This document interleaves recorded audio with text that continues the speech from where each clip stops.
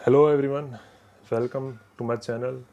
Today we are discussing some features of accounting, advantages of accounting, and also discussing some limitations of accounting. So let's start advantages of accounting. First point is that maintenance of permanent business records. It means business के अंदर बहुत सारे transactions होते हैं जिसकी accounting की help से अपन उन ट्रांजेक्शन्स को रिकॉर्ड करते हैं, ठीक है। तो maintenance of permanent business record ये अकाउंटिंग का एक एडवांटेज कैसे है मैं आपको सीधे बता देता हूँ। सपोज़ करिए कि करंट ईयर में अपन पे कोई बिजनेस ट्रांजेक्शन कर रहे हैं और उसमें कोई एरर हो गई और वो एरर अपने प्रीवियस ईयर के बिजनेस ट्रांजेक्शन से लिंक है। अगर अपने पास प्रीवियस ईयर के बिजनेस ट्रांजेक्शन के रिकॉर्ड्स होंगे तो वो अपन ईजिली एरर को सॉल्व कर सकते हैं। Second point, a systematic order. Accounting क्या है? अकाउंटिंग एक सिस्टमेटिक वे है जो बिजनेस के सारे ट्रांजेक्शन्स को बुक्स ऑफ अकाउंट्स में प्रेजेंट करती है एक सिस्टमेटिक ऑर्डर में। पहले उन सारे ट्रांजेक्शन्स को वो एनालाइज करती है और उसके बाद ही वो सिस्टमेटिक मैनर में वो कह दे सकते हैं या फिर सिस्टमेटिक वे के अंदर उसको उन सबको रिकॉर्ड कर लेती है। थर्ड पॉइंट इम्पॉर्टेंट है डिसीज़न मेकिंग जो मैनेजमेंट होती है। सपोज़ करिए अपने बिजनेस के अंदर कोई मैनेजमेंट है, उस मैनेजमेंट का बहुत इंपॉर्टेंट एडवांटेज है। अकाउंटिंग बहुत हेल्प करती है मैनेजमेंट को। किस चीज़ में? अकाउंटिंग बहुत हेल्प करती है मैनेजमेंट को उनके डिसीज़न लेने में, बेटर डिसीज़न लेने में। जैसे फॉर एग्ज़ाम्पल मैनेजमेंट को अपने एक प्रोडक्ट की कॉस्ट कम करनी है तो अकाउंटिंग की हेल्प से वो उस कॉस्ट को कम कर सकते हैं। या फिर सपोज़ करिए मैनेजमेंट को अपनी सेलिंग प्राइस कम करनी है तो वो अकाउंटिंग के हेल्प से सेलिंग प्राइस भी कम कर सकते हैं। फोर्थ पॉइंट आता है हेल्प्स इन राइजिंग लोन्स। इसका मतलब ये है, सपोज़ करिए आप अपने बिजनेस वो एक्सपेंड करना चाहते हैं, बढ़ाना चाहते हैं बिजनेस में, आपको बिजनेस में अच्छी ग्रोथ हो रही है तो अपना बिजनेस आप बढ़ाना चाहते हैं तो उसके लिए आपको कैपिटल चाहिए ना, कैपिटल चाहिए। तो कैपिटल कहाँ से आएगी? आप लोन लेंगे। तो फाइनेंशियल इंस्टीट्यूशंस जो हैं वो आपको इजीली लोन प्रोवाइड करा देते हैं, लेकिन उसके लिए आपकी वो प्रीवियस ईयर की करंट ईयर की फाइनेंशियल रिपोर्ट्स चेक करते हैं। अगर आपकी करंट ईयर की प्रीवियस ईयर की फाइनेंशियल रिपोर्ट्स जो है वो एकदम क्लियर है, उसमें मतलब कोई ज़्यादा डेप्ट नहीं है, कोई लोन नहीं है ज़्यादा, और आपका प्रॉफिट मार्जिन अच्छे हैं, तो आपको easily financial institution loan provide करा सकता है। फिफ्थ पॉइंट आता है एविडेंस इन कोर्ट। जैसे मैंने बताया बिजनेस के ट्रांजेक्शन्स को जैसा आपको पता है कि बिज़नेस के अंदर अपन ट्रांजेक्शन्स को रिकॉर्ड करते हैं, तो जो रिकॉर्ड करते हैं जितने भी बुक्स ऑफ अकाउंट्स के अंदर ट्रांजेक्शन्स को, तो ये अपने एविडेंस हैं। ये अपना एविडेंस हो सकते हैं। जैसे अपना मैनेजर ने ना कोई फ्रॉड कर दिया अपन से बिजनेस के ट्रांजेक्शन्स में, अपन अपने पास अपने रिकॉर्ड्स मेंटेन है प्रॉपर, तो अपने एविडेंस कोर्ट में शो हो सकते हैं कि अपन जब अपना बिजनेस सेटअप कर रहे होते हैं तो अपने को गवर्नमेंट डिपार्टमेंट, मतलब बहुत सारे जो डिपार्टमेंट्स हैं जैसे इनकम टैक्स, जीएसटी, इन सारे डिपार्टमेंट से डील करनी होती है। तो इन सारे डिपार्टमेंट डील करनी होती है तो अकाउंटिंग हेल्प करती है इन सारे जो रिटर्न फाइलिंग होती है ना डिपार्टमेंट्स में, उसमें अकाउंटिंग हेल्प करती है अपनी वो रिटर्न फाइल करने में। जैसे आप अगर कोई एडवांस टैक्स पे कर रहा है जिसका बिज़नेस बहुत अच्छा है, शुरू में 6 मंथ्स या 8 मंथ्स में उसका बिज़नेस बहुत अच्छा है, तो उसको 8 मंथ्स में ना, या फिर उसको कोई एडवांस टैक्स पे करना है तो उसको भी रिटर्न फाइलिंग में हेल्प करती है accounting. Next and last point आता है आपका प्रिपरेशन ऑफ फाइनेंशियल स्टेटमेंट्स। अगर आप प्रॉपर रिकॉर्ड करते हैं ट्रांजेक्शन्स को और मेंटेन भी करते हैं तो आप इजीली ना फाइनेंशियल स्टेटमेंट प्रिपेयर कर सकते हैं। फाइनेंशियल स्टेटमेंट मतलब profit and loss account, trading account और बैलेंस शीट आपसे इजीली प्रिपेयर हो जाएंगे।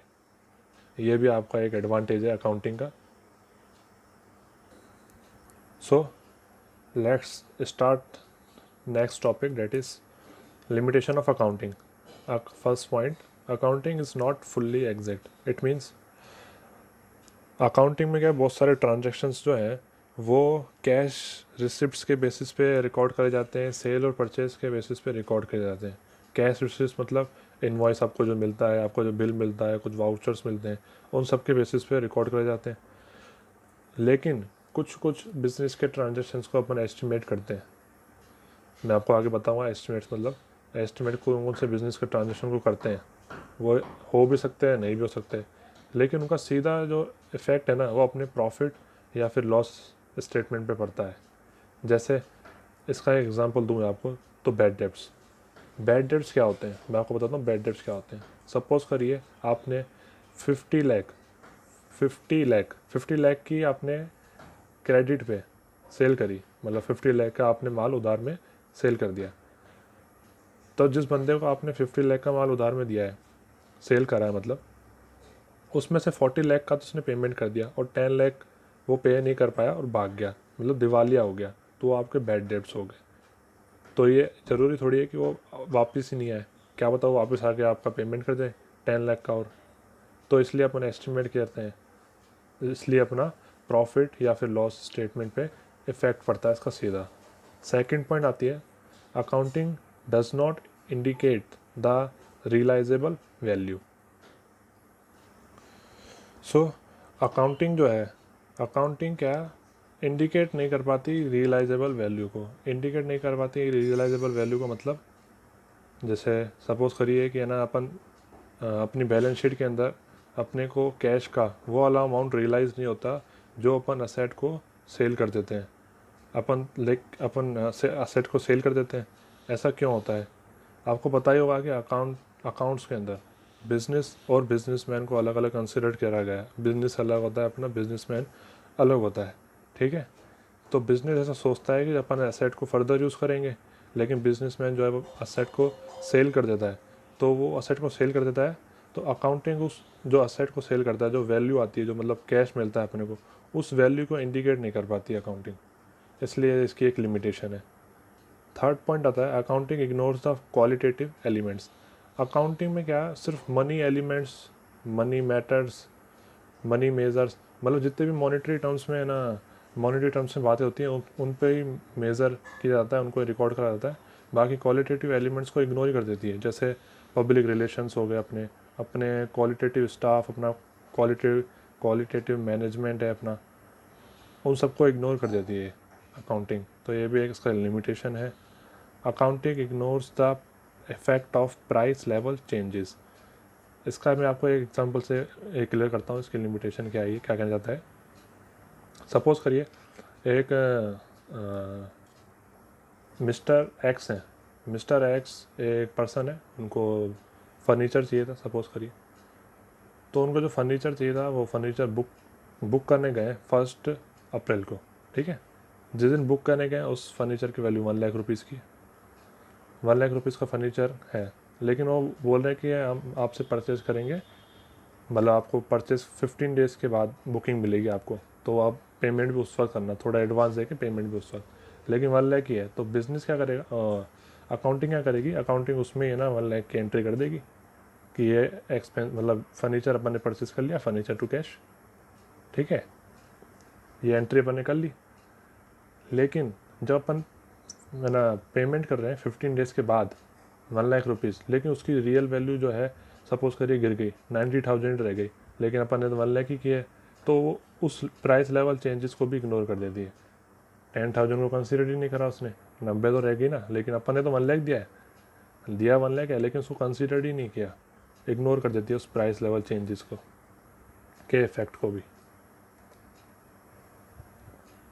So this is the last point, that is accounting में lead window dressing.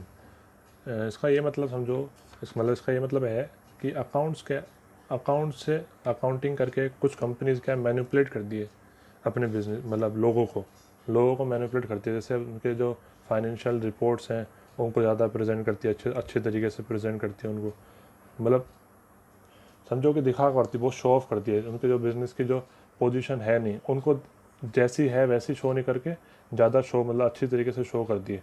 Real value, जो रियल फेस है उनके बिज़नेस का, वो शो नहीं करती।